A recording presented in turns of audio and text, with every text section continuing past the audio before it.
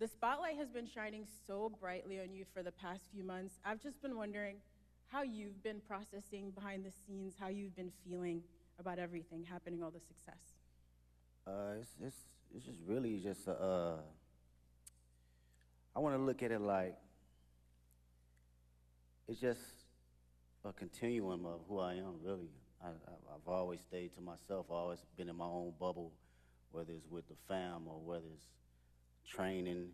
How I process it all is just I continue to do what I was doing 10 years ago, and that's like be better in myself, better in the craft, and not look at it as bright lights, you know? Mm-hmm. And it may sound cliche, but it always worked for me, even when I was younger, you know, playing sports or being in the forefront of presentations and stuff like that. It was like, I gotta look at myself in the mirror rather than looking at it as a crowd or, you know, fame and attention.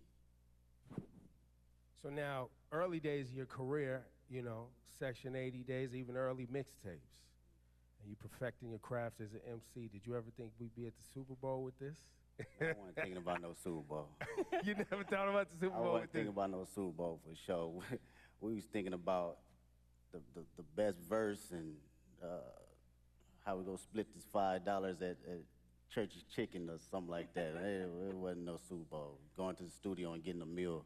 But I think, well, what I know is the passion I have now is still the passion I had then. And I think that carried on to the Super Bowl. So it was all about being present. As long as I was present in the studio and present in whatever that line was or whatever that mistake was, rapping or doing hooks or choruses or whatnot, I was present in that moment. I felt that passion. I think being present and not actually foreseeing everything kept me in the grounded state of mind in order to be at, you know, big stages like this. I think we felt that presence and that focus in your work for the past 15 years. Like Ebro said, going all the way back to projects like Overly Dedicated. And so seeing you perform with Dr. Dre at the halftime show 3 years ago, we already felt like that was the most hip-hop, beautiful halftime show ever. And now for you to come back and be the first solo hip-hop artist to headline, how does it feel being the artist to hit that milestone? And, you know, just your thoughts on what that means about hip-hop's progression and impact over the years. But that shit, it made me think about, like, the grind of it. You know what I mean? A lot of people don't see, like, the story before the glory, man. And that shit is like shuffling out your mixtapes and, you know, going to neighborhoods and parties and performing there, hole-in-the-wall spots. It reminds me of the essence and the core response of rap and hip-hop and how far it can go. So for me, that should mean everything because it puts the culture on the forefront where it needs to be and not minimized to just a catchy song or verse. This is a true art form. So to represent it on this type of stage is like everything that I've worked for and everything that I believe in as far as the culture. Like, I live and die by it. This shit done changed my whole family life, so I don't take it for granted at all as far as an art form, you know? It feels like that was a lot what this year was about too, right? Like you, I guess, you know, you took it and put it on your back and you felt like a line needed to be drawn, right? Was that, you know, was that your intent when you rolled out this year? Was like, yo, I'm drawing a line. Like, this is what it is. My intent was to always keep, I think from day one was to always keep the nature of it as a sport. You know, I don't care how motherfuckers look at it as far as like, as a collaborative effort, you know, that's cool too, but I love when artists grit their teeth. Like, I still watch battle raps. I still watch Smack URL from Murder Mook to Lux to Tay-Rock, you know, my bro Daylight. This has always been the core definition of who I am, and it's been that way since day one. So I don't think it was a thing for this year. It was always just a continuum. And what I will say about this year, it was more from a space where I think a lot of people was putting rap to the back, and you didn't see that. You didn't see that grit. You didn't see that bite anymore. So I always took that in consideration in going into any type of my music. That's interesting. So I hope this makes sense, right?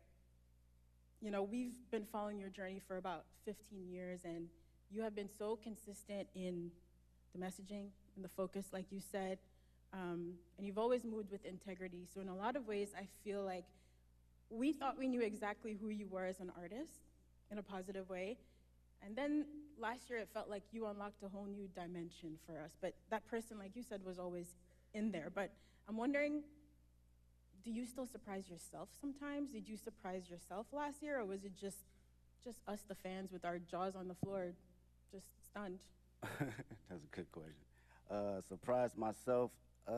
Nah, I don't think I surprised myself, because this, for me and for my partners that's been around me since 2005, 2006, like my brothers, they know my personality, they know my capabilities, even when it wasn't presented to the public at first, right? So this is just like a revolving door of what I've been doing in Carson Studios, at the Homie Garage, or my brothers at TDE, or just anybody around the city of Compton in LA. It's just magnified to the level where I've progressed it and did enough hours to know, okay, I know where to place it now. I know how to make it connect with people. It feels like each album, too, getting to this point was like, it was an album for the culture, and it was an album for the critics. You know what I mean? And then it was for the critics, yeah. And then GNX comes along, and it's like, nah. This album for anybody, everybody, and anybody who want it at any time. And you brought that energy, and the energy you brought on GNX was an energy that I don't think was really happening in hip hop. Like, it's a Public Enemy level energy. It's a Ice Cube, America's Most Wanted energy. For sure. Like, it's a classic, timeless energy. Talk about your headspace between Mr. Morale and this GNX. Yeah, no, that's great.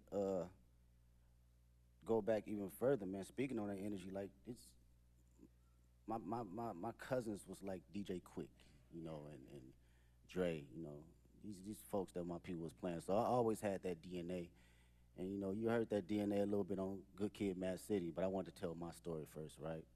And fast forward to GNX, I felt it was just a perfect time, because not only the energy was lost, but it was an energy that was bubbling inside of me as well. I wanted to go back to the forefront of just the bite and just the grit of rap, just all raps and hard-ass beats. And that's like the basics for me. I thought about, damn, what I used to like when I was a kid. Hard raps, good beats, that's smacking, right? And it was a great transition from Mr. Morale, because that was my most intimate. I wanted to go inside of my own psyche and my own personal withdrawals and see how it connects with the public and who can relate. So during this time around, I think it was necessary of coming out of that cocoon and feeling like, okay, I arrived now. I can spread my wings and show every state of who I am as far as Kendrick Lamar. And you really did spread your wings. I mean, you just came off a huge Grammy wins. You walked away with 5 awards, and you won Not Like Us won for Song and Record of the Year, which in itself is remarkable. But I think for people who love and respect hip-hop and the roots of this culture, the competitive spirit of it, it has been a little bit mind-bending that you created this massive cultural award-winning anthem out of a battle rap song. And how is that something, after you got off that Grammy stage, you got home in some quiet time, what was going through your head? I was just thinking about the culture, really. It's always that for me first. I'm not even bullshitting with you. It's like, when people talk about rap, man, the conversations I hear, they think it's just rap and it's not an actual art form. So when you put records like that at the forefront, it reminds people that this is more than just something that came 50 years ago. They forget that it's even been here 50 years, right? And like kind of like belittle it. So I love to see that it gets that type of recognition for just straight raps, from awards to the billboards, all that, because this is truly just as big as an art form and a genre as any other genre. So that's what I think about, and I feel accomplished being able to do that. Whether somebody else come behind me and do it again and quadruple it, I love to see it. If that was my purpose to do that, then that's exactly what it was for that particular moment. I think people often miss the significance of that Record and Song of the Year award. because that Song of the Year award is a songwriters award. Like, it's not just the biggest song. It's like someone wrote a song. And you as a songwriter, when you see your name up there and it's written by Kendrick, and that's it. Yeah.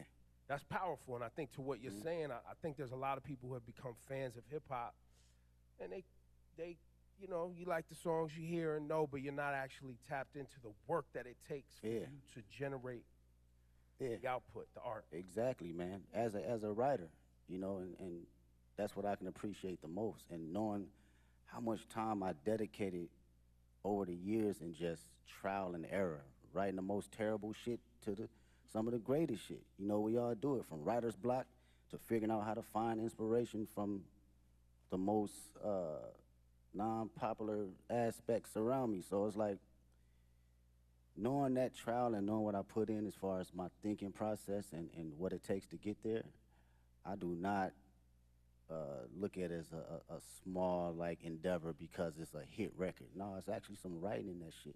You know, whether it connect with you on a spiritual level, whether it connect with you on a comedic level, whether it connect with you just on a personal dynamic, it's still from a writer's point of view.